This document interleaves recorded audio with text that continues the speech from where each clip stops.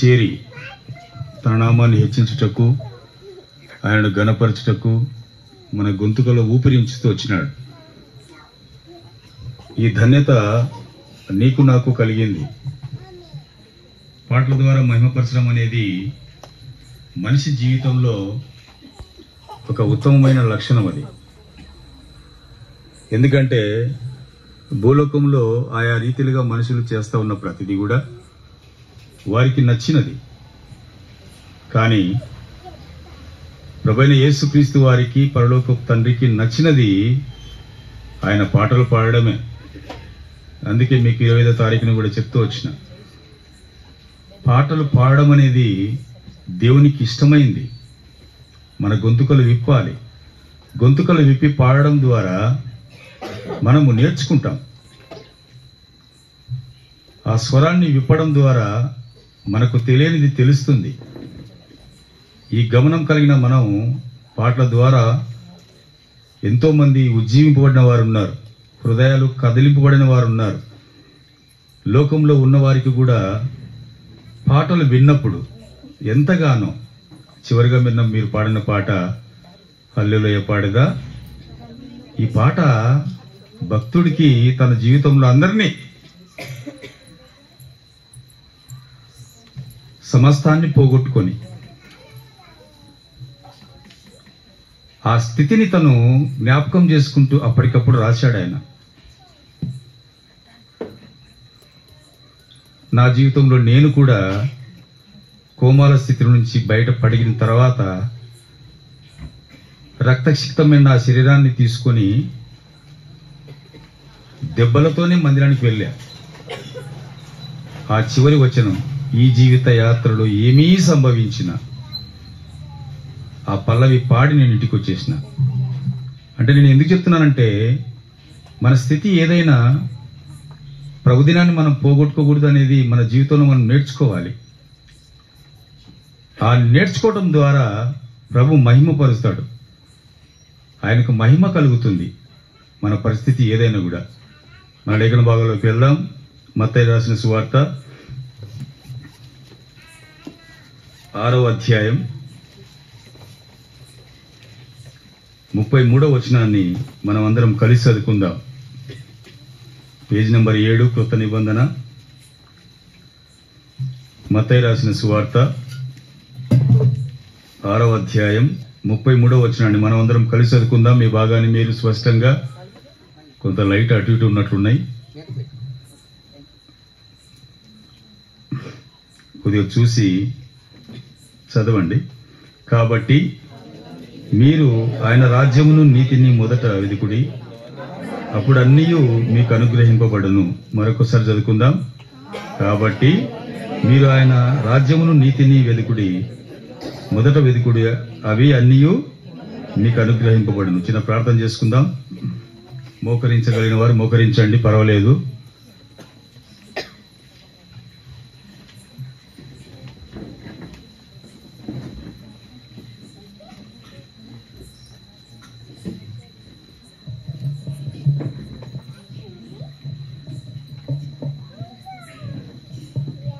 మా ప్రేమగల తండ్రి, పరిశుద్ధైన దేవ, నిన్న నేడు ఏకరీతిగా ఉన్నటువంటి తండ్రి, మారణ దేవుడు, మార్పు చెందిన దేవుడు, యుగయుగముల రాజువు, సర్వాధికారివి, సర్వాంతర్యామివి, సర్వాన్ని ఒక్క మాటతో సృష్టించిన మా గొప్ప తండ్రి, మీ పుణ్యపాదముల ఎదుట మేము కర్మేలు ప్రార్థన మందిరంలో ఉన్నటువంటి ప్రతి విశ్వాసి సహోదరి సహోదరులు, పిల్లలు, యవన కాలంలో బిడ్డలు, వృద్ధాప్యంలో ఉన్నవారు ఈ స్థలముకు చేరి రాగలుగుటకు మీరు అనుగ్రహించిన సమయం బట్టి మీకు వందనాలు. దినమంతట్లో మీ కృపాక్షేమములు మీరు ఉంచి మీరు మాత్రమే మహిమ పొందినందుకై స్తోత్రాలు.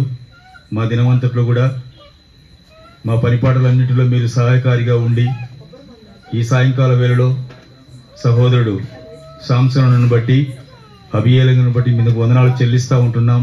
వారు ప్రేమించి సంఘమును ఆహ్వానించి, మీ ప్రేమికులను ఆహ్వానించి ఈ స్థలంలో చేరి రాగలుగుటకు వారికి మీరు ఇచ్చినటువంటి మంచి మనసును బట్టి నిండు మనసుతో సాగిల పడతా ఉంటున్నాను. ప్రభువా, తన యాత్రా జీవితంలో మీరు తనకు చేసిన మేళ్ళన్నిటిని బట్టి ప్రభువా ఎన్ని కష్టంలో గుండా వెళ్ళినప్పటికీ, దుఃఖం గుండా వెళ్ళినప్పటికీ నా దేవుడు నాకు సహాయం చేశాడు అని కృతజ్ఞత కలిగి ఈ దినం సంఘమును ప్రేమించి, మీ బిడ్డలను ప్రేమించి కృతజ్ఞత కూడిక కలిగి ఉండాలని తలంచి తండ్రి మీ బిడ్డలని, మీ దాసుల్ని ఈ స్థలానికి నడిపిస్తూ వచ్చినారు. ఆ రకంగా తండ్రి వారిని ప్రేమించి భూమి మీద వారికి ఇచ్చిన పిల్లలను బట్టి మీకు వందనాలు. కుమార్తె జాయిన్ బట్టి స్తోత్రాలు, అల్లుడు ఫిలిప్ను బట్టి మీకు వందనాలు చెల్లిస్తూ ఉంటున్నాను. వారి పిల్లలు జాబితిని బట్టి స్తోత్రాలు. కుమారుడు శ్యామ్ స్వరూపును బట్టి మీకు వందనాలు చెల్లిస్తూ ఉంటున్నాం. కోడలు విజయమ్మను జ్ఞాపకం చేసుకున్నాము. పిల్లలు హన్నను కూడా జ్ఞాపకం చేసుకోండి. ఇద్దరు పిల్లల్ని, చిన్న కుమారుడు ప్రేమ స్వరూపును కూడా జ్ఞాపకం చేసుకో. కోడలు బాణను జ్ఞాపకం చేసుకోండి. పిల్లలు కుమార్తెను కూడా జ్ఞాపకం చేసుకోవాల్సిందిగా ప్రార్థన చేస్తూ ఉంటున్నాను. వారిని ప్రేమించి రక్త సంబంధికులుగా తండ్రి ప్రభు యేసుక్రీస్తు వారిని బట్టి తండ్రి క్రీస్తులో కడగబడిన మీ బిడ్డలుగా వారి కుటుంబంలో రాగలుగుటకు మీరు అనుగ్రహించిన సమయం బట్టి స్తోత్రాలు. ప్రియ తండ్రి, కొన్ని లేఖన భాగాలు చదువుకొని వ్యాఖ్యాదానంలో మీరు సహాయపడవలసిందిగా ప్రార్థన చేస్తూ ఉంటున్నాను. చేరి వచ్చిన నన్ను మమ్మల్ని మీ చేతులకు అప్పచెప్పుకుంటా ఉంటున్నాం. మీ కృపను కోరుకుంటా ఉంటున్నాను. నమ్మకమైన ప్రభువా, మత్తయి సువార్త 18:20 జ్ఞాపకం చేసుకోనండి. నమ్మకమైన తండ్రి మరొకసారి లూకా 12:12, తండ్రి నిర్గమాకాండం 4:12 జ్ఞాపకం చేసుకోమని మీకే మహిమ ఘనత ప్రభావాలు ఆర్పించుకుంటూ నిలబడచు దాసుని మీ ప్రజల ముందు నిలబడడానికి యోగ్యత లేనప్పటికీ ప్రభువా, కేవలం తండ్రి మీ నోటు బుర్రగా వాడుకోనండి.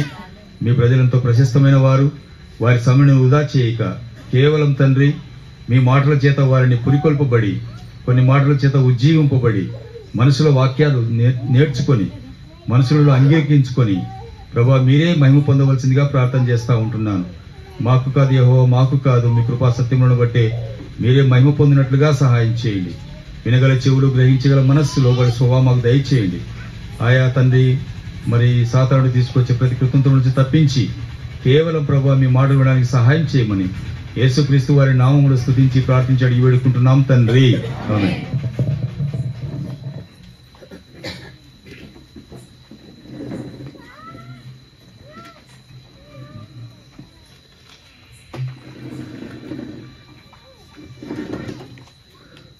లేఖన భాగాలు ఎప్పుడు కూడా స్పష్టంగానే ఉంటాయి. ఇవి మనిషి మాటలు కాదు, పరిశుద్ధాత్మని యొక్క సహాయంతో దేవుడు రాయించిన మాటలు. అందుకే ప్రకటన గ్రంథం చివరి అధ్యాయంలో ఒక మాట ఉంటుంది, ఇందులో ఉన్నవి ఉన్నట్లుగానే చెప్పాలి. చివరి అధ్యాయం చూడండి, ప్రకటన 22:18 వచ్చిన అందరం కలిసి చదువుకుందాం. చివరి అధ్యాయం ప్రకటన 18వ అధ్యాయం. ఈ గ్రంథం మందున్న ప్రతి వాక్య వచనాలను కూడా విను ప్రతివానికి నేను సాక్ష్యం ఇచ్చినది ఏమనగా, ఎవడైనను దీనిలో మరి ఏదైనాను కలిపినడలా ఈ గ్రంథంలో వ్రాయబడిన తెగుళ్ళు దేవుడు వానికి కలుగజేయును. కాబట్టి మనుషుని మాటలు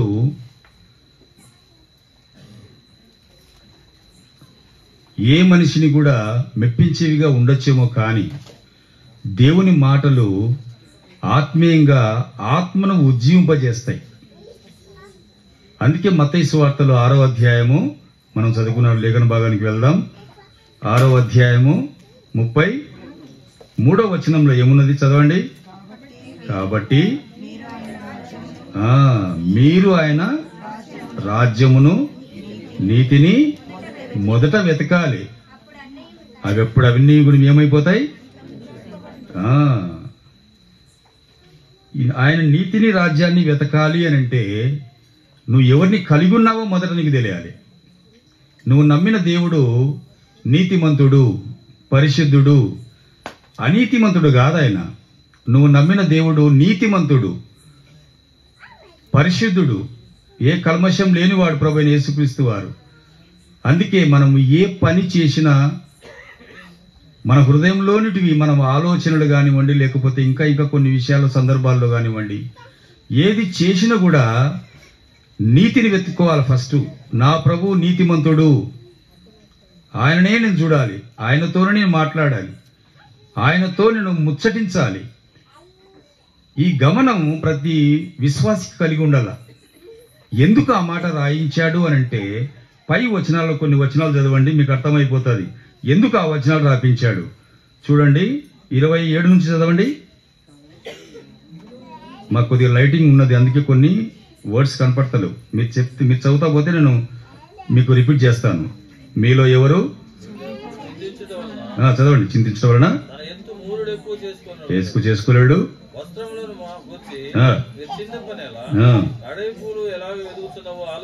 ఆలోచించుడి, ఆయనను తన సమస్త వైభవముతో కూడిన సొలొమోను సైతము వీటిలో ఒకదాని వల్ల అలంకరింపబడలేదు. నేడుండి రేపు పొయ్యిలో వేయబడు అడవి గడ్డిని దేవుడు ఇలాగో అలంకరించినడలా అల్ప విశ్వాసులారా మీకు నిశ్చయముగా వస్త్రములు ధరింపజేయను కదా. కాబట్టి ఏమి తిందుమో, ఏమి త్రాగుదుమో, ఏమి ధరించుకుందుమో అని చింతింపకుడి. అన్యజనులు వీటన్నిటి విషయమై విచారింతురు. ఈ మాట కాబట్టి మీరు ఆయన రాజ్యమును నీతిని మొదట వెతుకుడి, అప్పుడు అవన్నీ మీకు అనుగ్రహింపబడును అనే మాట కంటే ముందు ఇవన్నీ ఉన్నాయి. కాబట్టి భూలోకంలో ప్రతి మనిషి చేసే పని ఇది. ఆ పైన ఉన్న వచనాలన్నీ ప్రతి మనుష్యుడు చేసేటివే. అయితే ప్రభువైన యేసుక్రీస్తు వారు ఏమంటున్నారంటే, అయ్యా ఇవన్నీ నువ్వు చేయక ముందు ఫస్ట్ నువ్వేం చేయాలి, నా నీతిని రాజ్యాన్ని వెతుకు, నీకేమి కావాలో అవన్నీ నేను నీకు ఇస్తా. నా నీతిని రాజ్యాన్ని ఏమీ వెతకకుండా నాకు ఇవి కావాలి అవి కావాలని అంటే ఆయన ఇచ్చేవాడు కాదు. ముందు ఆయన హృదయంలోకి చేర్చుకోవాలి. ఆయన నీతిమంతుడు పరిశుద్ధుడిని ఎరిగి ఉండాలి. భూలోకంలో ఆయన పుట్టుకను మొదలుకొని జీవించిన జీవితం అంతట్లో కూడా ఎక్కడ అనీతిమంతుడుగా స్వనీతిమంతుడుగా ఉండలేదు ఆయన. మనుషులుగా మనం ఏం చేస్తామంటే మన స్వనీతి మీద ఆధారపడతాం. మన స్వనీతి, మన స్వయం దేవుని మీద ఆధారపడి చేయగలిగితే ఆ నీతిమంతుడు నీకు న్యాయం చేస్తాడు. మన స్వనీతి మీద ఆధారపడి చేస్తే మనకు అన్యాయం జరిగిపోతుంది. ఇది గుర్తెరగక మానవుడు ఏమైపోతున్నాడంటే తనకు తోచినది ఏమి తిందుమా, ఏమి త్రాగుదుమా, ఇదే మనిషి యాత్రా జీవితంలో ప్రతి ఒక్కరు గమనించాల్సింది ఏంటంటే మొదట ఆయన నీతిని వెతకండి, మీకేం కావాలో ఆయన ఇస్తాడు. భూమి మీద ఆయన పుట్టుక గత 3 దినాలుగా 25వ తారీఖు నుంచి అందరూ సంతోషంగా జరుపుకుంటూ వచ్చినారు. పుట్టుక మంచిదే. ఆయన ఆరాధించినారు, పూజించినారు, గణపరిచినారు, ఎంతో మంది హెచ్చిస్తూ వచ్చినారు. నీ జీవితంలో ఆయన పుట్టి ఉండాల, నీ హృదయంలోనికి ఆయన నువ్వు చేర్చుకొని ఉండాల. ముందు ఆయన నీతిని చూడాలి. నువ్వు నా నీతిపరుడు ఆయనే, నేను ఎన్నుకోదగిన సహాయకుడు ఆయనే, ఆయన లేకపోతే నేను ఏమి చేయలేను అనేది నీకు నిశ్చయిత ఉండాలి. ఫస్ట్ నిశ్చయితే లేకుండా నువ్వేమీ చేయలేవు, ఏమీ సాధించలేవు. భూమి మీద మన పితరులైనటువంటి వారు అబ్రహాము, ఇస్సాకు, యాకోబులు, ఇశ్రాయేలు ప్రజలు కూడా ముందు ఆయన్నే వెతికినారు. ఆయన ఏం చెప్పినారో చేసినారు. ఆదికాండం 28వ అధ్యాయం, ఆదికాండము 28వ అధ్యాయం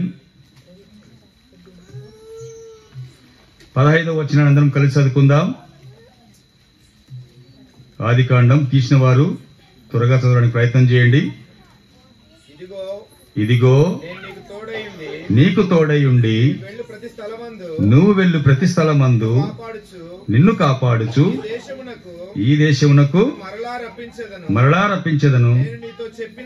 నేను నీతో చెప్పినది నెరవేర్చు వరకు నిన్ను విడువని చెప్పగా, అంతే సరిపోతుందన్న, నేను నిన్ను విడువను. భూమి మీద ప్రభువైన యేసుక్రీస్తు వారు జన్మించి ఎందుకయ్యా ఆయన చేసిన ప్రతి కార్యమును నువ్వు చూస్తున్నావు అని అంటే నిన్ను పాపపు బంధకాల నుంచి విడిపించి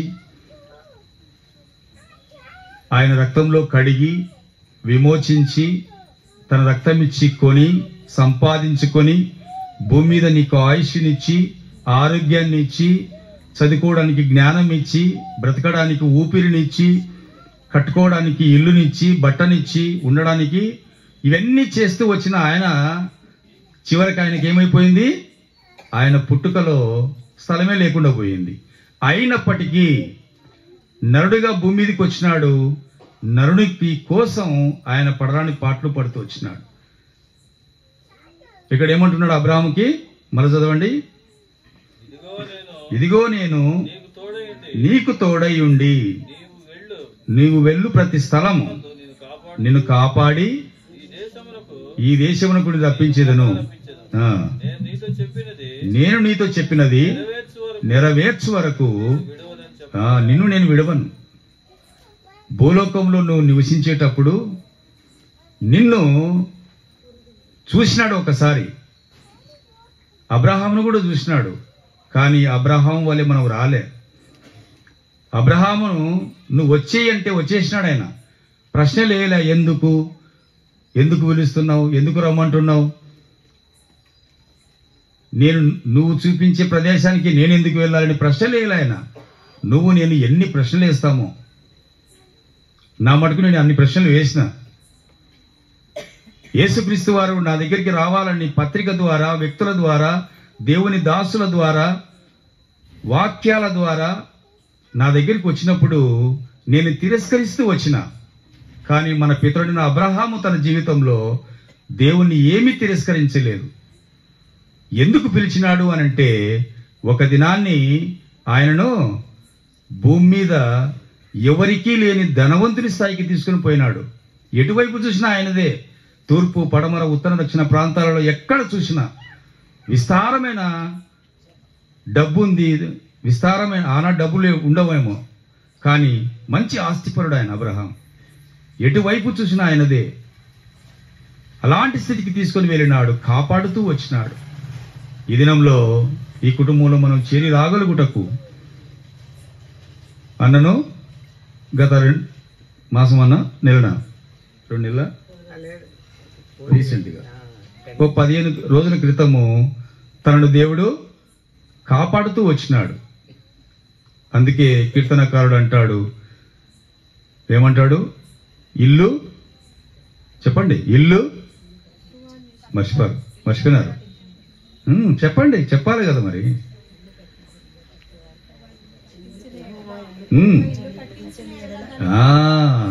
ఇల్లు కట్టించని ఎడల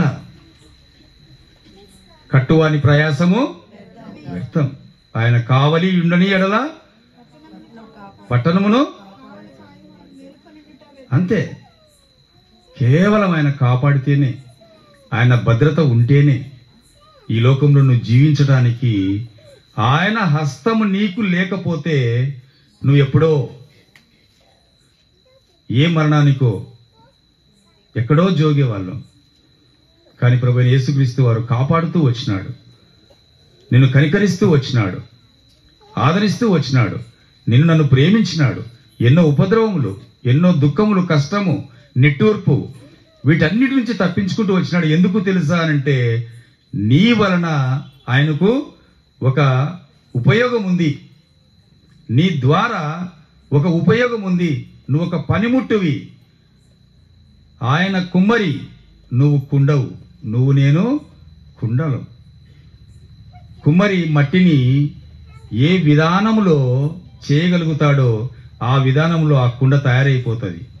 ప్రభువైన యేసుక్రీస్తు వారు నీ కొరకై నా కొరకై వచ్చింది. ఒక పరలోకపు కుమ్మరిగా వచ్చినాడు భూమి మీదకి. ఈ కుండల్ని ఏం చేస్తూ వచ్చినాడంటే, మలుచుకుంటూ వచ్చినాడు తన రూపంలోనికి. పాపము లేకుండా భూమి మీదకి వచ్చినాడు, పాపిని ప్రేమించినాడు. మనలో ఏమీ చూడలేదు ఆయన. నీ రూపము చూడలేదు, నీ ఆస్తి చూడలేదు, నీ అందం చూడలేదు, నీకున్న జ్ఞానాన్ని చూడలేదు. ఏమి చూడకుండా నిన్ను ప్రేమిస్తూ వచ్చినాడు. ఎందును బట్టేనంటే, పరలోకపు కుమ్మరి భూలోకంలో ఉన్నటువంటి ఈ కుండల్ని మంచి కుండలుగా చెయ్యాలి అని ఆయన తాపత్రయం. అదే ఓటి కుండలుగా చేయడానికి రాలేదు ఆయన. నమ్మకస్తులైన మనుషులుగా చేయడానికి వచ్చినాడు. ఇది గ్రహించక మనం ఏం చేస్తామంటే మన స్వనీతి మీద ఆధారపడి భూలోకంలో ప్రభువైన యేసుక్రీస్తు వారు వచ్చిన ఉద్దేశాన్ని మనం ఎరగక ఏం చేస్తున్నామనంటే మన ఇష్టం వచ్చిన నీతి, మన స్వనీతి ద్వారా జరిగే ప్రతిదీ మనం ఏమి చేయలేం. ఒక శ్లోకం ఉంది, మీకు చెప్తాను. ఒకటి శ్లోకం అది చెప్తాను, చూడు, వినండి, మనకు అర్థమైపోతుంది. సర్వపాప పరిహారం రక్త ప్రోక్షణం ఆవశ్యకం, తద్ రక్తం పరమాత్మే పుణ్యదాన బలియాగం. ఎవరికైనా అర్థమైంది?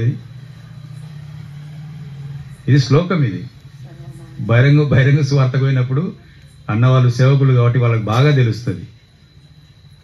అక్క కూడా సేవకురాలు కాబట్టి ముందే చెప్పేస్తుంది కదా. ఏమున్నది అక్కడ? సర్వపాప పరిహారం రక్త ప్రోక్షణం ఆవశ్యకం, తద్ రక్తం పరమాత్మైన పుణ్యదాన బలియాగం.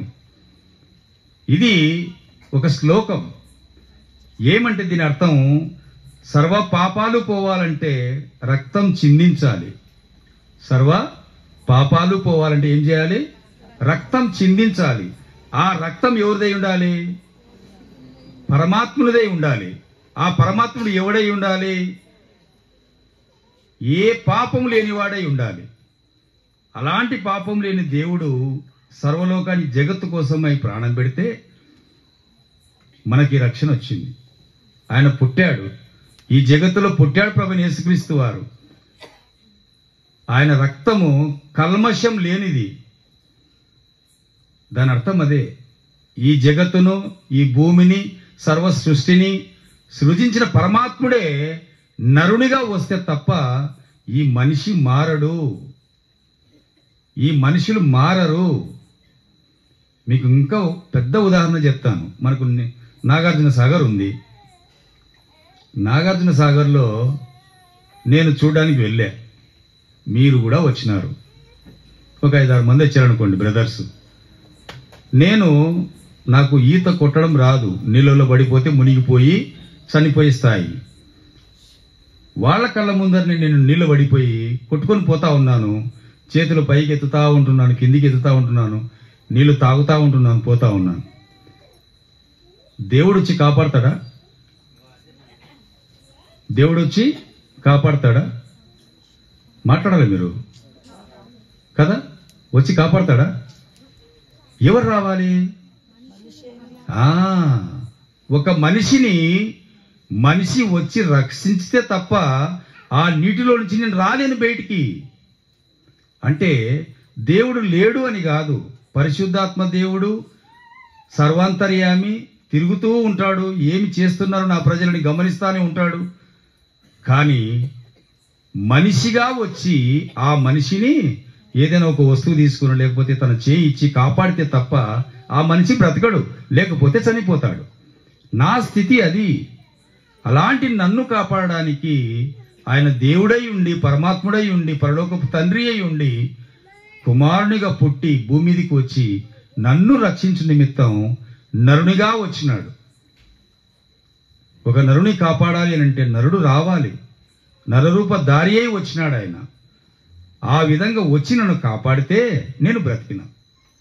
నాగార్జున సాగర్లో నుంచి మన అన్న వాళ్ళు చేయి పట్టుకుని బయటికి తీసుకొచ్చినారు. అదే ఉదాహరణ, పరలోకపు తండ్రి నిన్ను నన్ను చూడకపోతే పాపము చేత మనం నరకానికి వెళ్ళవలసిన స్థితి నుంచి తప్పించడానికి ఆయన భూమికి నరుడుగా వచ్చాడు. పరమాత్ముడై ఉండి రక్తమాంసాలు ధరించుకొని వచ్చినాడు, నీ కొరకై నా కొరకై. ఈ గ్రహింపు లేక మానవుడు ఏం చేస్తామంటే ఆయా రీతిలుగా తన స్వచిత్తం, అంతే, నాది జరగాలి అంటాం కదా. ఇంట్లో కూడా మనం ఏమంటాం? నాదే జరగాలి, నేను చెప్పినట్టే నువ్వు వినాలి, వినకపోతే ఇంతే అంటామా అనమ్మా? పలకరు, ఎందుకంటే అందరూ అట్లా అనేవాళ్ళే ఉన్నట్టున్నారు మీరు కదా. కానీ ప్రభు చిత్తాన్ని కనుగొన్న ప్రతి విశ్వాసి తన జీవితంలో మెలకువ కలిగి ఉంటాడు. దేవుడు నన్ను కాపాడుటకై పరలోకం నుంచి దిగి వచ్చిన దేవుడు నాలో ఉన్నాడు కాబట్టి నాతో మాట్లాడతాడు. నాతో మాట్లాడే దేవుడు మీతో కూడా మాట్లాడతాడు. ఎప్పుడు? ఆయన నీతిని రాజ్యాన్ని వెతికినప్పుడు, బైబిల్ చేత పట్టుకున్నప్పుడు, వాక్యాన్ని చదువుకున్నప్పుడు అవన్నీ నీకు బయలుపరుస్తాడు ప్రభు.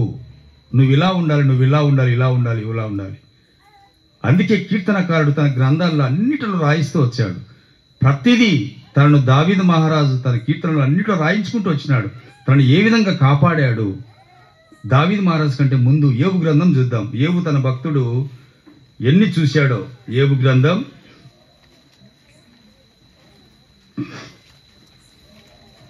24వ అధ్యాయం.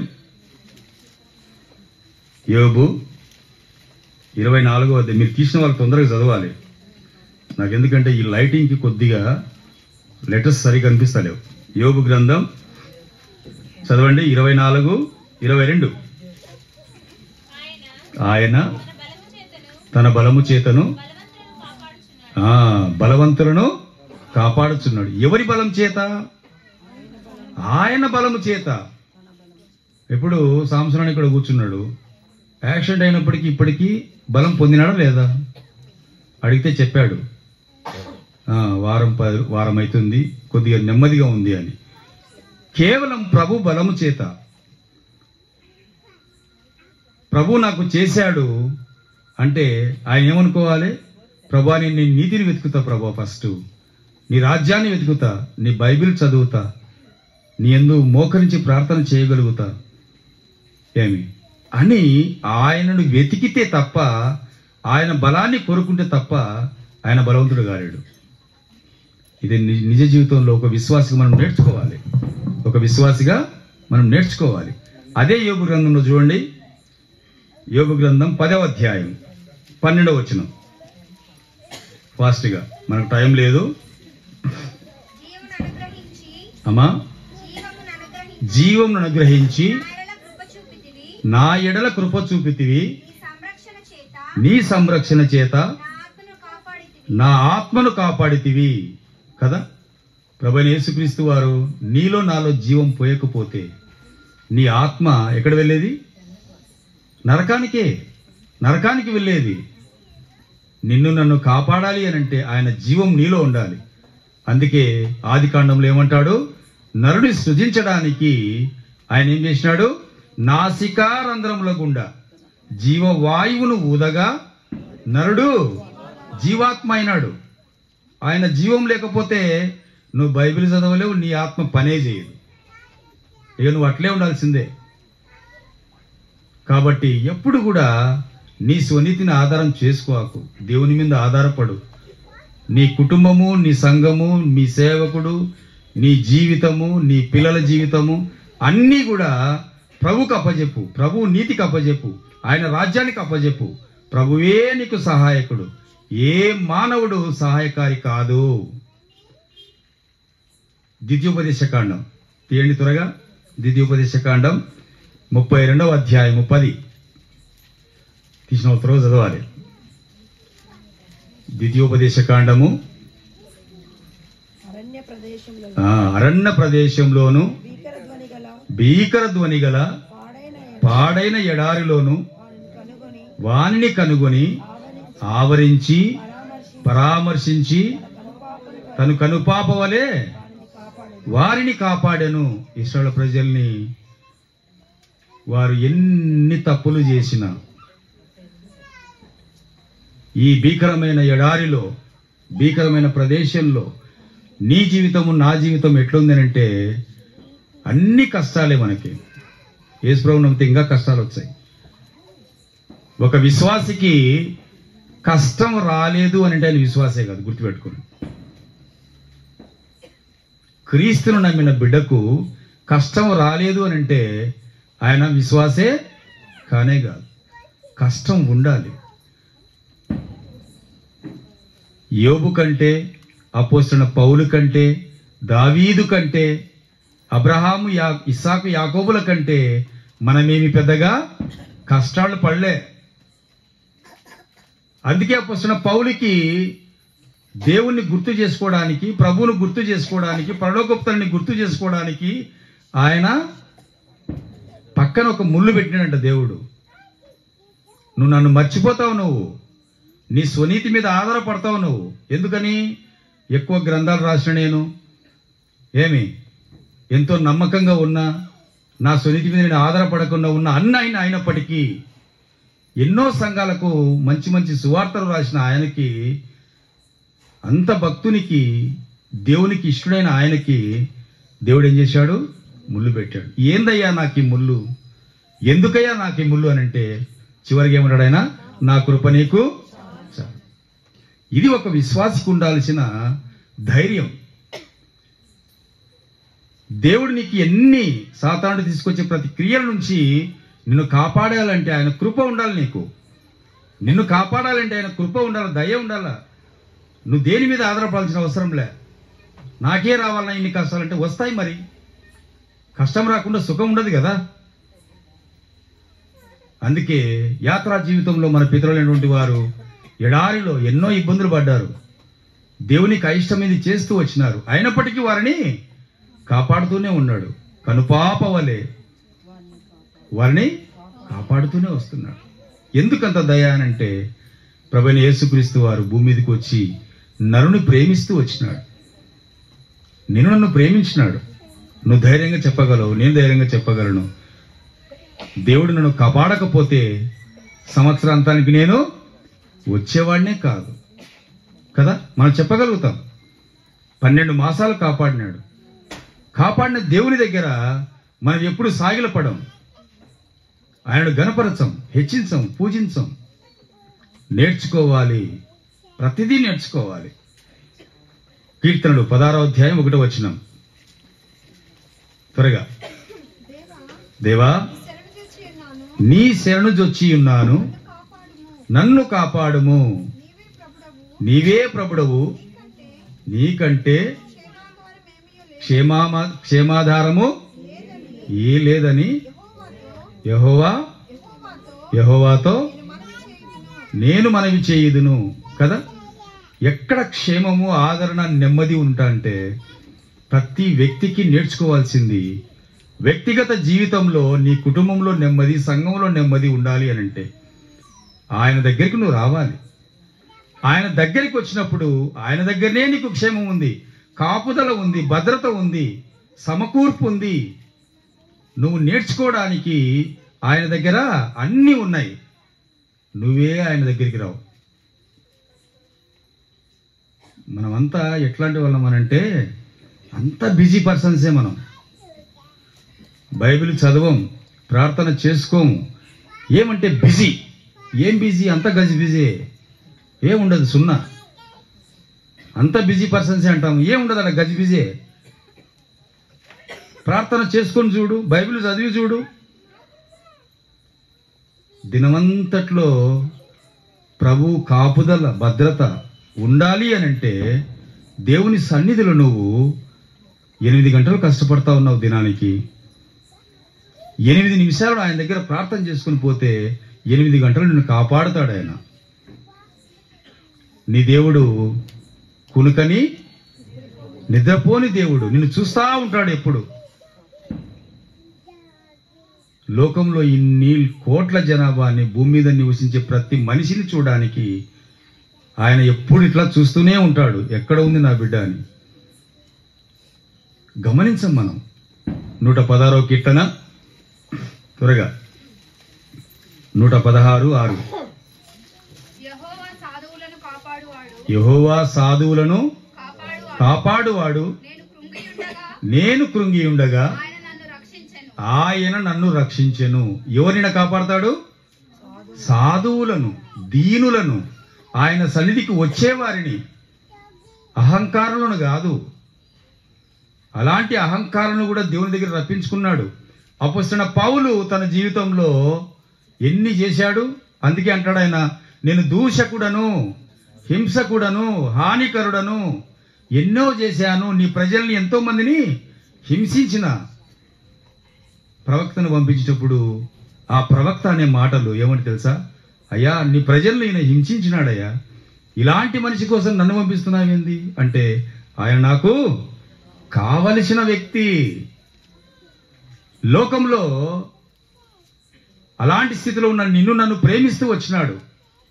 ఎందుకని తెలుసా? నీ ఆత్మను కాపాడి పరలోక రాజ్యంలో నీకొక స్థానం కల్పించాలని. దమస్కు మార్గంలో తనను దర్శించినాడు. దమస్కు మార్గంలో దర్శించినాడు ఆయన్ని. సౌలా సౌలా, ఎందుకు నన్ను హింసిస్తున్నావు? యేసుప్రభుని హింసించినాడు ఆయన. యేసుప్రభుని ఏమని అన్నాడు ఆయన అంటే అర్థం ఏదేనంటే, యేసు ప్రభు నమ్మిన బిడ్డల్ని ఎక్కడైతే మనము కించపరుస్తామో, బాధ పెడతామో, దుఃఖ పెడతామో, మన దేవుడు వారి గురించి బాధపడతాడు. ఈ గ్రహింపు నీకుండాల. సంఘంలో కానీ, వ్యక్తిగతంగా కానీ, కుటుంబంలో కానీ, భార్య పిల్లలు కానీ, పిల్లల తల్లిదండ్రులు కానీ, ఎవరైనా కానీ దేవుడు దుఃఖపడతాడు. అలాంటి స్థితిలో ఉన్న సౌలును తీసుకొచ్చి ఏం చేసినాడు? పౌలుగా మార్చినాడు. ఎంత గొప్ప దేవుడు! ఆయన కాపాడకపోతే వచ్చేవాడు ఆయన దేవుని దగ్గరికి? చూసినాడు ఒకసారి. ఆయన నాకు కావలసి ఉంది. 121వ కీర్తన 121:7. త్వరగా. ఏ అపాయమును రాకుండా యెహోవా నిన్ను కాపాడును. ఆయన నీ ప్రాణమును కాపాడును. ఇక్కడ కూర్చున్న నీవు నేను, ఉదాహరణకు సంసనున్నా కదా, ఏ అపాయమును రాకుండా. దెబ్బ తగిలింది మంచిదే. ఒకవేళ ఇంకా దేవుడు నరులు ఏమైనా చేసి ఉంటే దేవుడు దాన్ని కాపాడుకుంటూ వచ్చినాడు. పైన 3 వచనాలలో ఒక మాట ఉంటుంది. 3, 4, 5 వచనాలు చదవండి. ఆయన నీ పాదములను త్రొట్టిల్లనీయడు. ఆయన నిన్ను కాపాడువాడు కునుకడు. ఇశ్రాయేలును కాపాడువాడు కునుకడు, నిద్రపోడు. అంటే చెప్పు చదువు. యెహోవాయే నిన్ను కాపాడువాడు. నీ కుడి ప్రక్కన యెహోవా నీడగా ఉండును.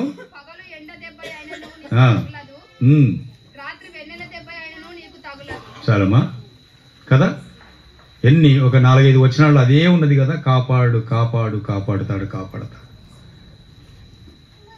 మనం అనుకుంటాం మరణానికి అప్పచెప్పకుండా ప్రభు నిన్ను కాపాడినాడు అని అంటే నీ భక్తి అనుకుంటాం, లేకపోతే నా శక్తి అనుకుంటాం, నా భక్తి అనుకుంటా. ఆయన కాపాడకపోతే నువ్వేం చేయలేవు. 142వ కీర్తన 142. క్షమించండి, 145 20వ వచనం. యెహోవా తను ప్రేమించు వారందరినీ కాపాడును. అయితే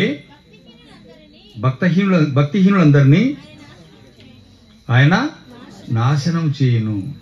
ఎవరిని కాపాడతాడంట? దేవుడు ఎంత గొప్పవాడో చూడండి.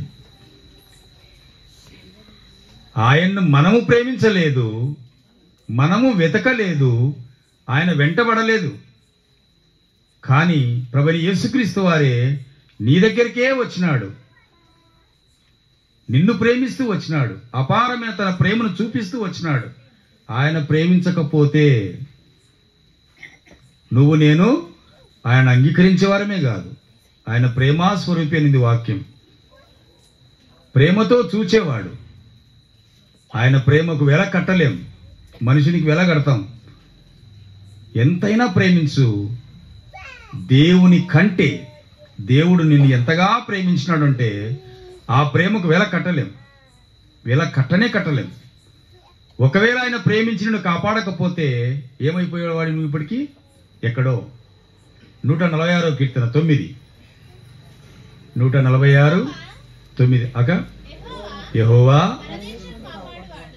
పరదేశులను కాపాడువాడు. నువ్వు నేను పరదేశులమే కదా. మనం పరదేశులమా కాదా? మేమెట్లా పరదేశులం అవుతాం? నాగార్జున సాగర్ పరదేశుల పలకరు, పరదేశులనే. ఒక దినం దేవుడు వచ్చినప్పుడు ఆ రాజ్యానికి వారసులం. దేవుని నమ్మిన నీవు ఈ లోకంలో, మనము పరదేశులం. ఒక దినం ఆయన దగ్గరికి వెళ్ళాలని మనం ఆశపడతా ఉన్నాం. రక్షించుకున్నాడు ఆయన. లోకంలో ప్రభువుని అంగీకరించకపోతే ఈ లోకంలో మనం విడిచిపెట్టే వారంగా అంటారు. ఆయన అంగీకరించాలి. ఆయన అంగీకరించకపోతే ఈ లోకంలో విడిచి వెళ్ళిపోతే ఎన్నో కష్టాలున్నాయి. 7 సంవత్సరాల ఉన్నాయి, 7 సంవత్సరాలు ఉంటాయి. కానీ మనం ఎంతో ధన్యులం. ప్రభువు నమ్మినారు, విశ్వసించినారు, ఆయన సన్నిధికి వచ్చినారు. కాబట్టి దేవుని చిత్తం ఏందో మనం కనుక్కోవాలి. ఆయన నీతిని, రాజ్యాన్ని మన ముందు వెతకాలి. వెతికిన తర్వాతనే అన్ని నీకు చేయగలుగుతాడు. కాబట్టి నిన్ను రక్షించిన దేవుడు నీకోసం పరలోకం నుంచి దిగి వచ్చినాడు, నరుడుగా వచ్చినాడు. నిన్ను కాపాడాలని పరలోకపు తండ్రి అయి ఉండి, పరమాత్ముడై ఉండి ఈ లోకానికి వచ్చి నరుడిగా, ఆ వచ్చిన నరుడు కూడా రక్తమాంసాలతో వచ్చిన ఆయన ఎలాంటి వాడు? ఆయన ఏ కల్మషం లేని, ఏ పాపము లేని నిర్దోషమైన రక్తం, పరిశుద్ధిని రక్తం నిన్ను నన్ను కాపాడుకుంటూ వచ్చింది. ఈనాడు నువ్వు కూర్చొని ఇంత ప్రశాంతంగా 4 మాటలు వినగలుగుతున్నావు అనంటే ఆయన నిన్ను ప్రేమిస్తూ వచ్చినాడు, కాపాడుతూ వచ్చినాడు, భద్రపరుస్తూ వచ్చినాడు. లోకంలో పడిపోకుండా, లోకపు ఆశలకై వెరవకుండా, వాటి వెంట పరిగెత్తకుండా, లోకనాథుడు నిన్ను, నీ శరీరాన్ని, నీ హృదయాన్ని పాడు చేయాలని ఎన్నిసార్లు నీ దగ్గరకు వచ్చి లోకంలోకి నిన్ను ఈడ్చుకెళ్లాలని ప్రయత్నం చేసినప్పుడు పరలోక తండ్రి చూచాడు. నిన్ను చూచి, నా బిడ్డ నరకానికి వెళ్ళకూడదు, పరలోకానికి వెళ్ళాలి, పరలోకంలో స్థానం సంపాదించాలి. అందుకే నిన్ను రక్షించుకున్నాడు, కాపాడుతూ వస్తున్నాడు.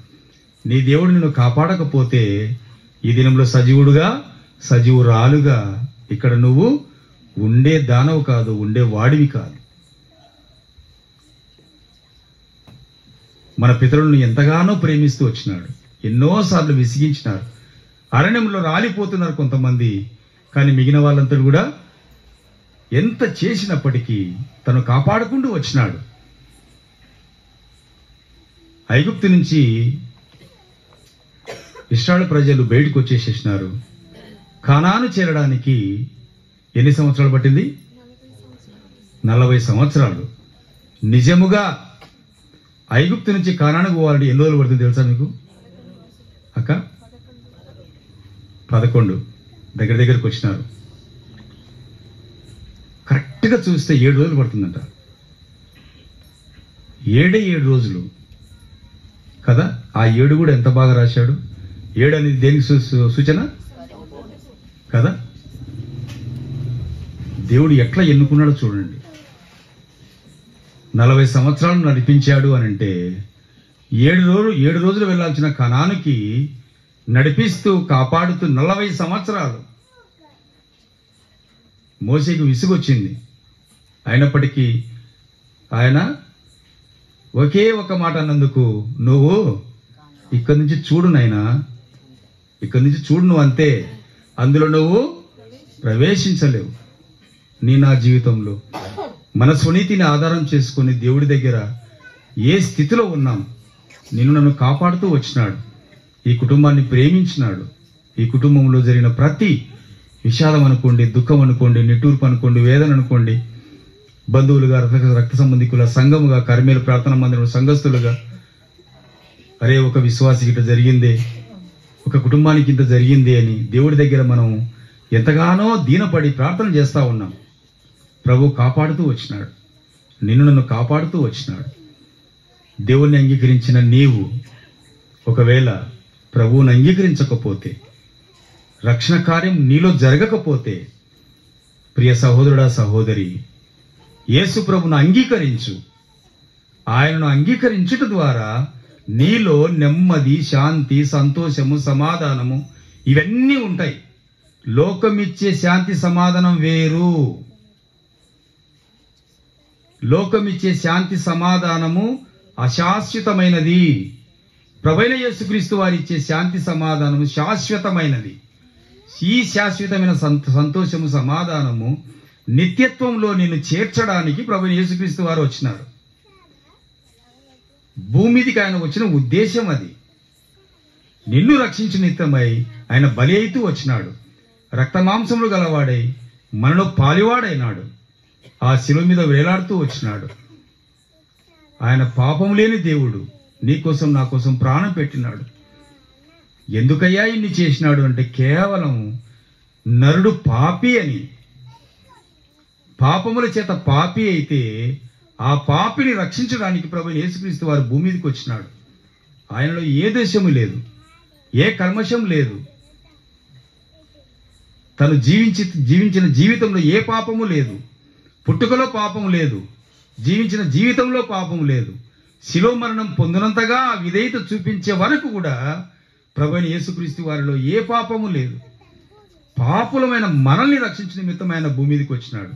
ఈ గ్రహింపు లేక ఏం చేస్తున్నామంటే భూమి మీద ఎంతో మంది తమ సొంత చిత్తం నెరవేర్చుకోగలగటానికి దేవుని చిత్తము ఎరగాక ఆయా రీతిలుగా మనిషి లోకంలో తిరుగులాడుతూ ఉన్నాడు, లోకంలో సంచరిస్తూ ఉన్నాడు, లోక ఆశల వైపు చూసి సంతోషపడతా ఉన్నాడు. నేత్రాశ, జీవబుడంబము వీటిలో పడి మనిషి కొట్టు మెట్టాడుకుంటా ఉన్నాడు. అయినప్పటికీ గ్రహింపు లేదు మనిషికి. అవన్నీ కావాలి, నాకు అవన్నీ కావాలి. ఇవన్నీ తీసుకొని పోతావా? ఈ లోకం విడిచి వెళ్ళేటప్పుడు ఏమీ తీసుకొని పోలేవు. అందుకే బైబిల్లో ఈ మాట రాయబడింది, ఒకడు సర్వలోకమును తన ప్రాణమును పోగొట్టుకుంటే ఏం లాభం? ఏమి లాభం? అన్ని మనం సంపాదించుకుంటాం కానీ క్రీస్తుని సంపాదించుకోలేం. క్రీస్తుని సంపాదించుకుంటే ఆయన భూమి మీద నిన్ను కాపాడుతాడు, రక్షిస్తాడు. నిన్ను ఉద్ధరించడానికి ఆయన భూలోకానికి ఆయన వచ్చినాడు. ఈ గ్రహింపు లేక మనిషి ఏం చేస్తా ఉన్నాడంటే ఆయన చిత్తమే, మనిషి చిత్తమే నెరవేర్చుకోవాలి. అందుకే సువార్తలో ఒక మంచి మాట ఉంటుంది. ప్రభువైన యేసుక్రీస్తు వారు పరిచర్య చేయడానికే వచ్చాడు కానీ దేనికి వచ్చినాడు? పరిచర్య చేయడానికి వచ్చినాడు ఆయన భూమి మీదకి. నిన్ను నన్ను పరలోకపు తండ్రి దేవుడై ఉండి శిష్యుల పాదములు గడిగినాడు ఆయన. అంత అవసరం అంటారా అంటే మాదిరి చూపిస్తూ వచ్చినాడు ఆయన. కాబట్టి నువ్వు నేను ఏం చేస్తా ఉన్నావు? నిన్ను కాపాడిన దేవుడు 12 మాసాలు కాపాడాడు, నిన్ను భద్రపరిచినాడు. కోడి తన పిల్లల్ని రెక్కల కింద కాపాడినట్లు నిన్ను కాపాడుతూ వచ్చినాడు. ఆయన గ్రహింపు లేక నీలో ఏమున్నదో అదే చేస్తూ వెళ్తున్నావు. నీకు క్షేమం కాదు. దేవుడు కాపాడే దేవుడు నీలో ఉన్నాడు. కాబట్టి ఆయన మాటలు వినాలి, ఆయనను గ్రహించాలి, ఆయనను చూస్తూ రావాలి. సామెతలు 22:12. సామెతలు 22:12. యెహోవా చూపులు జ్ఞానము గల వారిని కాపాడును, విశ్వాస వ్యర్థము చేయను. అమ్మ మనసమ్మా. యెహోవా చూపులు జ్ఞానము గల వారిని కాపాడును, విశ్వాసఘాతుల మాటలకు ఆయన వ్యర్థము చేయును. ప్రతి మనిషికి దేవుడు జ్ఞానం ఇచ్చినాడు, తెలివితేటలు ఇచ్చినాడు. తెలివితేటలు ఇచ్చిన దేవుడు నీకు ఆయనను ఎరిగే గుణం కూడా ఇచ్చినాడు. అందుకే అపొస్తలుడైన పౌలు కొరింథీ సంఘానికి రాస్తూ ఈ లోక జ్ఞానము వెర్రితనం అంట. మనకున్న జ్ఞానము చివరికి ఏమైపోతుంది అంటే వెరితనం అయిపోతుంది. తెలివితేటలు ఎక్కువై ఏమంట మనం చూస్తాం అంటారు కదా చాలా మంది, మెంటల్ ఎక్కుతుంది. దైవికమైన జ్ఞానం ఉంటే దేవుడు ఆయన్ని చూస్తూ ఉంటాడు. అందుకే దేవుని ఉద్దేశం ఏదంటే మనము మూర్ఖ జనంగా ఉండకూడదు, జ్ఞానం కలిగిన వారిగా ఉండాలి. జ్ఞానం కలిగిన వారిగా ఉండాలి. ఆయన సన్నిధికి రావాలి, ఆయన సన్నిధిలో కనపడాలి. ఎప్పుడైతే ఆయన సన్నిధికి వచ్చి ఆయన సన్నిధిలో కనపడతావో ఆయన నిన్ను కాపాడే దేవుడుగా ఉన్నాడు, భద్రపరిచే దేవుడుగా ఉన్నాడు. అబ్రహాం, ఇసాకు, యాకోబుల దేవుడు తోడునైన దేవుడు, కాపాడిన దేవుడు ఈనాడు నీకు నాకు ఉన్నాడు. ప్రియ విశ్వాసి, నేర్చుకుందాం. ప్రభువులో ముందుకు కొనసాగాలి అని అంటే నన్ను కాపాడేవాడు నా దేవుడు నాకున్నాడు అని ధైర్యంగా చెప్పగలిగా.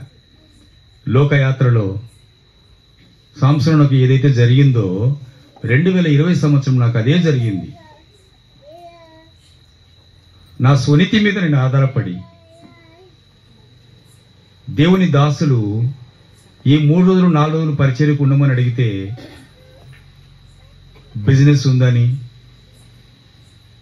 చేసుకోవాలి అని నా స్వనీతి మీద ఆధారపడితే దేవుడు ఏం చేశాడంటే 3 నెలలు మంచం మీద పండబెట్టాడు. నా స్వనీతి అది. దేవుని దాసులు, దేవుని ప్రజలు అడిగినప్పుడు వారి మనవిని అంగీకరించాలి.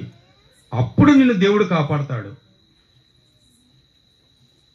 అందుకే ఆ దినం నేను తీర్మానం చేసుకున్నాను 2020లో, ప్రభువా, ఏ సంఘ విశ్వాసి గాని, నిన్ను ప్రేమించే మీ దాసులు గాని వారు అడిగినప్పుడు నోరు మూసుకొని ఉండాలి. అంతే. అబ్రహాం వలె రావాలి నోరు మూసుకొని.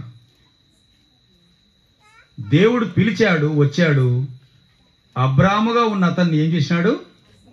అబ్రహాముగా మార్చాడు. అది దేవుని గొప్పతనం. లోకం నుంచి వేరుపరిచిన తర్వాత నీ పేరు మారిపోతుంది, నీ పరిస్థితి మారిపోతుంది. కాబట్టి నా జీవితంలో నేర్చుకున్నది ఏదేనంటే, ఏ రోజైనా కూడా దేవుని ప్రజలు ప్రేమించి అడిగినప్పుడు మనం తిరస్కారం చేయకూడదు. సరే, ఉంటాను, చేస్తాను. దేవుని పనే కదా నేను చేసేది. దేవుని పని నేను చేసినప్పుడు నా పని దేవుడు చేయడా? చేస్తాడా? చేయడా? చేస్తాడు. అందుకే ఆయనకు నీతిమంతుడు పేరు, అనీతిమంతుడు కాదు. మనం అనీతిమంతులం, మాట తప్పేవారం. మనం మాట ఇస్తాము, మాట మీద నిలబడం.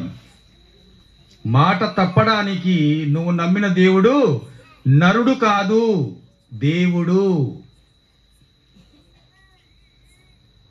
ఇది గుర్తుపెట్టుకోవాలి. విశ్వాస యాత్రలో ఎన్నో మారులు దేవుణ్ణి దుఃఖపెట్టినప్పటికీ నిన్ను కాపాడుతానే ఉన్నాడు దేవుడు. ఎందుకు తెలుసా? సంవత్సరాది మొదలుకొని సంవత్సరం అంతానికి వచ్చినాం, అయినప్పటికీ నీ దేవుడు నిన్ను చూస్తూనే ఉన్నాడు, కాపాడుతూనే ఉన్నాడు. ఎందుకనంటే నువ్వు ఒక ఉపయోగకరమైన పాత్రగా ఉండాలని, ఒక పరికరముగా ఉండాలని.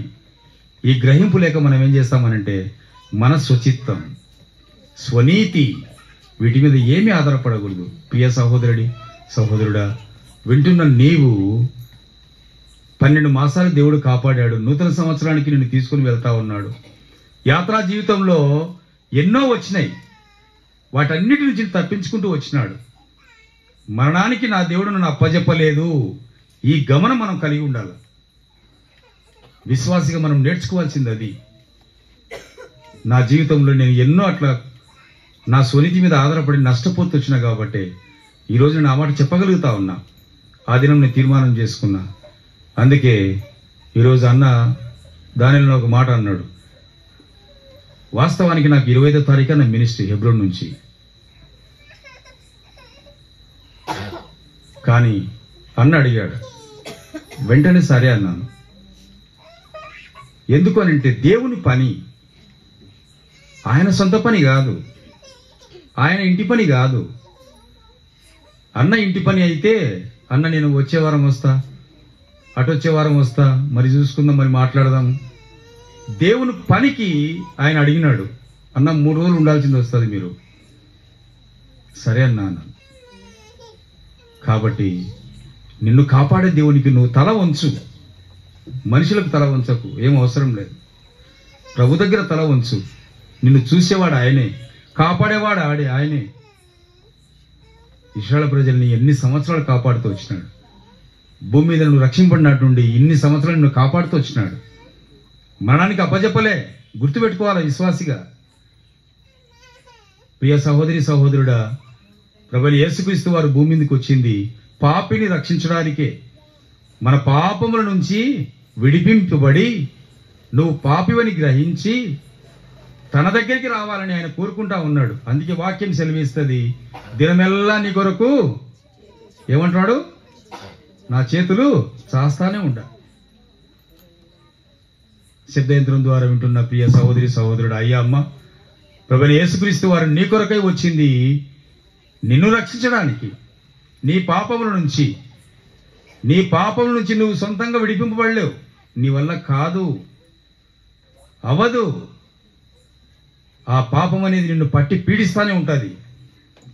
దేవునికి విరుద్ధమైంది ఏదైనా మనలో ఉంటే వాటిని విడిపింపబడాలి అని అంటే ఆయన సన్నిధికి రావాలి, ఆయన రక్త ప్రోక్షణ ప్రభావం కింద రావాలి. ఆయన దగ్గరికి వచ్చినప్పుడు వాటిని తీసివేసే దేవుడు ఆయన.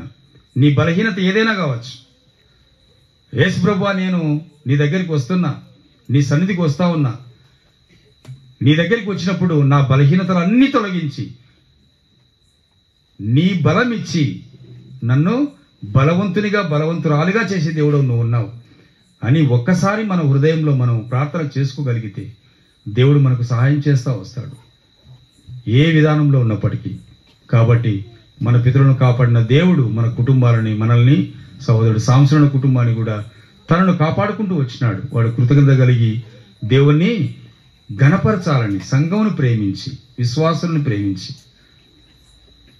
ఇది ఉండాల జీవితంలో. గుర్తుపెట్టుకోండి, కృతజ్ఞతాస్తుతులు చెల్లించడం అని అంటే ఇదే.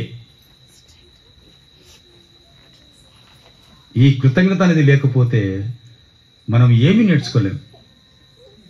లోకంలో ఉన్న మనుషుల దగ్గరికి వెళ్ళి ఏదైనా మనకు సహాయం చేస్తే వెంటనే ఏం చేస్తున్నాం, ఇంగ్లీష్లో 4 మాటలు చెప్తాం కదా. దేవునికి అంతకంటే ఎక్కువ చెప్పాలి, నేర్చుకోవాలి. కాబట్టి నీ దేవుడు ఈ కుటుంబాన్ని కాపాడుతూ వచ్చినాడు, సంవత్సరంలో కాపాడుతూ వచ్చినాడు. వారు కృతజ్ఞత కలిగి దేవుణ్ణి ప్రేమించి, సంఘమును ప్రేమించి, ఈ స్థలంలో మనము కూర్చుండడానికి, 4 మాటలు వినడానికి ఈ స్థలాన్ని ఇచ్చినారు మనకి. వారు ఎంతైనా కూడా రుణస్థులే దేవుని దగ్గర. వారు చేసిన అంటే నేను వారిని పొగుడుతున్నాను అనుకోకండి. విశ్వాసయాత్రలో విశ్వాసం నేర్చుకోవాలి. ఇది ప్రభు చేసిన దానికి, ప్రభు ఇచ్చిన దానికి, కాపాడిన దానికి కృతజ్ఞత లేకపోతే, కృతజ్ఞత భావం లేకపోతే నువ్వు నీ స్వచిత్తం నెరవేర్చుకుంటున్నావు అని.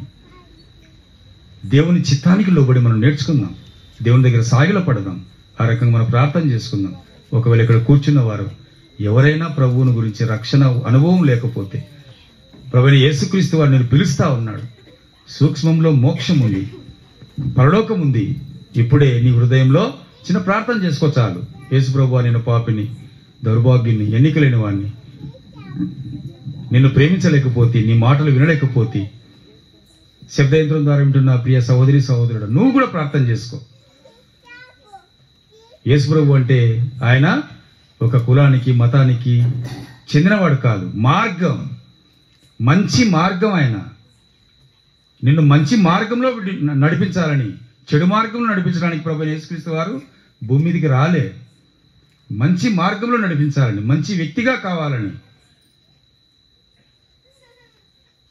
ఆయనే భూమి మీదకి వచ్చి ఆయనను నిరూపించుకునే కొరకై ఆయన ఎన్నో చేస్తూ వచ్చినాడు మనిషి కొరకై.